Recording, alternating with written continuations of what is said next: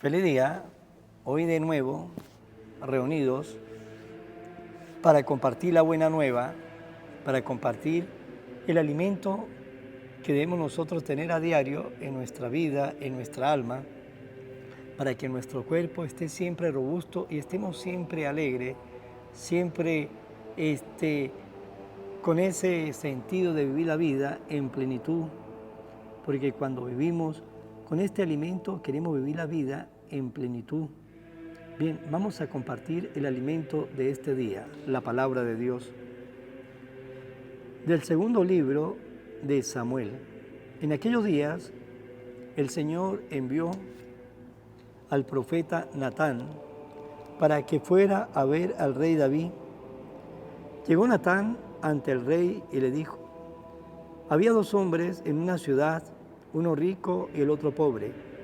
El rico tenía muchas ovejas y numerosas reses. El pobre solo tenía una ovejita que se había comprado. La había criado personalmente y ella había crecido con él y con sus hijos. Comía de su pan, bebía de su vaso y dormía junto a él. La quería como una hija. Un día llegó un visitante a la casa del rico y éste no quiso sacrificar ninguna de sus ovejas ni de sus reses, sino que se apoderó de la ovejita del pobre para agasajar a su huésped. Al escuchar esto, David se puso furioso y le dijo a Natán: verdad de Dios que el hombre que ha hecho eso debe morir, puesto que no respetó la ovejita del pobre, tendrá que pagar 4 veces su valor. Entonces Natán le dijo a David: ese hombre eres tú. Por eso te manda decir el Señor: la muerte por espada no se apartará nunca de tu casa, pues me has despreciado al apoderarte de la esposa de Urías, el hitita, y hacerla tu mujer. Yo haré que de tu propia casa surja tu desgracia. Te arrebataré a tus mujeres ante tus ojos, y se la daré a otro que dormirá con ellas en pleno día. Tú lo hiciste a escondida, pero yo cumpliré esto que te digo ante todo Israel y a la luz del sol. David le dijo a Natán: he pecado contra el cielo. Natán le respondió: el Señor te perdona tu pecado, no morirás. Pero por haber despreciado al Señor con lo que has hecho, el hijo que te ha nacido morirá. Y Natán se fue a su casa. El Señor mandó una grave enfermedad al niño que la esposa de Urías le había dado a David. Este pidió a Dios por el niño, hizo ayuno riguroso y de noche se acostaba en el suelo.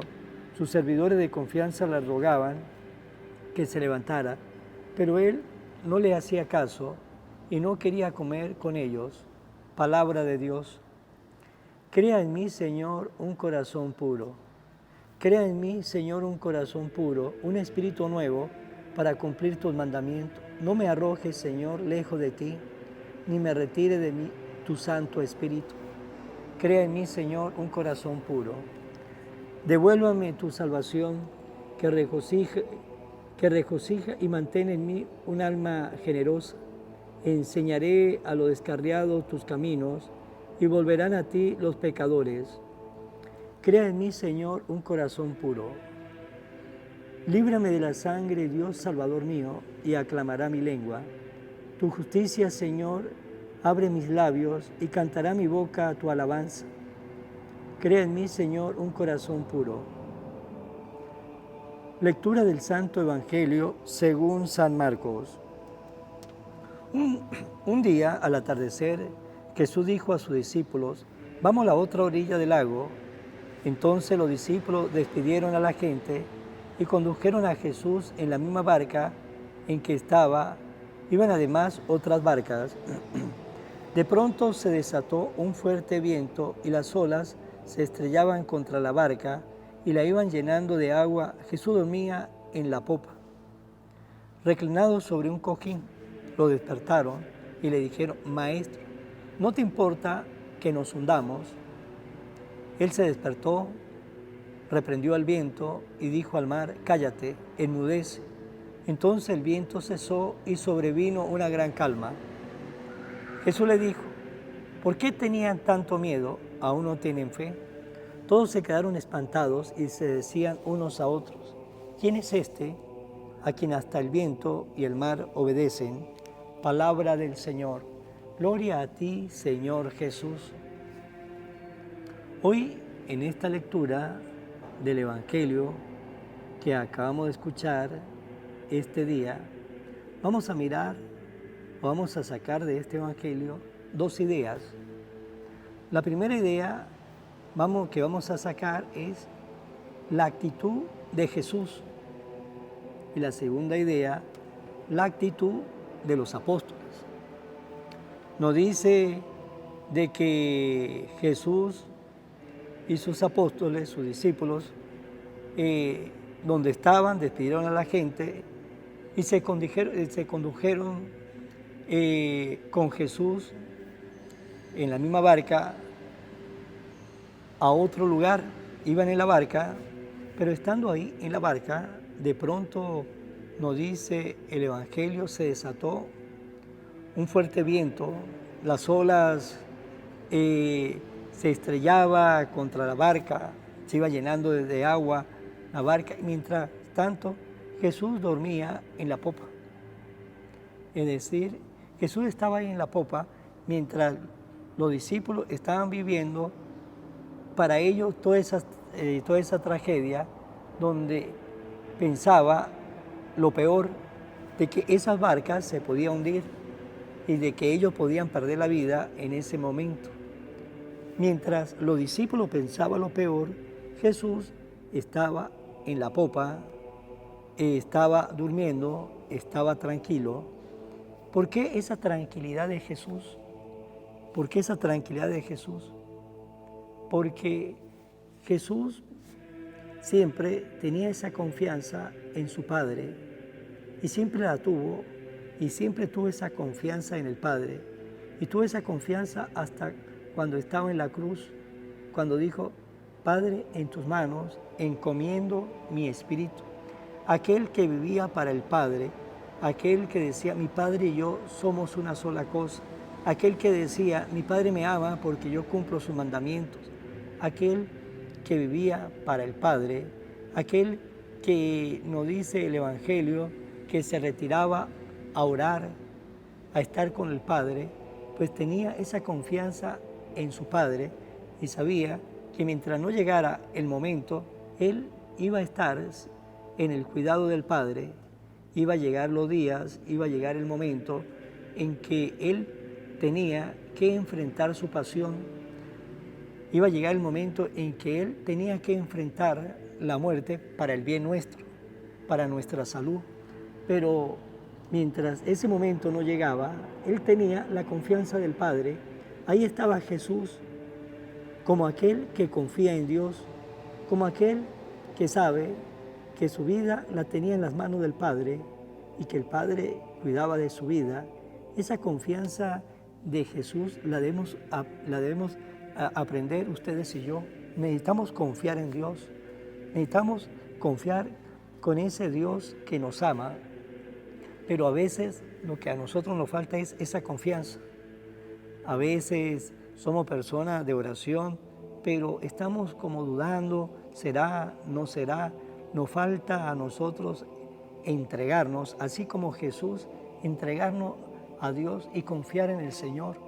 Confiar en el Señor, en la salud, en la enfermedad, en la alegría, en la tristeza, cuando nuestra vida está tranquila o cuando nuestra vida tiene dificultades, problemas, es decir, confiar en el Señor, que se haga la voluntad de Dios y tener esa confianza siempre ciega en el Dios de la vida, y tenga la seguridad que si tenemos esa confianza en el Dios de la vida, nuestra vida sería otra. Nuestra vida sería una vida llena de paz, una vida llena de tranquilidad, porque hemos puesto la confianza en aquel que nos dice San Pablo, cuando nos dice, yo sé en dónde he puesto mi confianza en Jesús. Pues también que ustedes y yo podamos decir, yo sé dónde he puesto mi confianza en Jesús.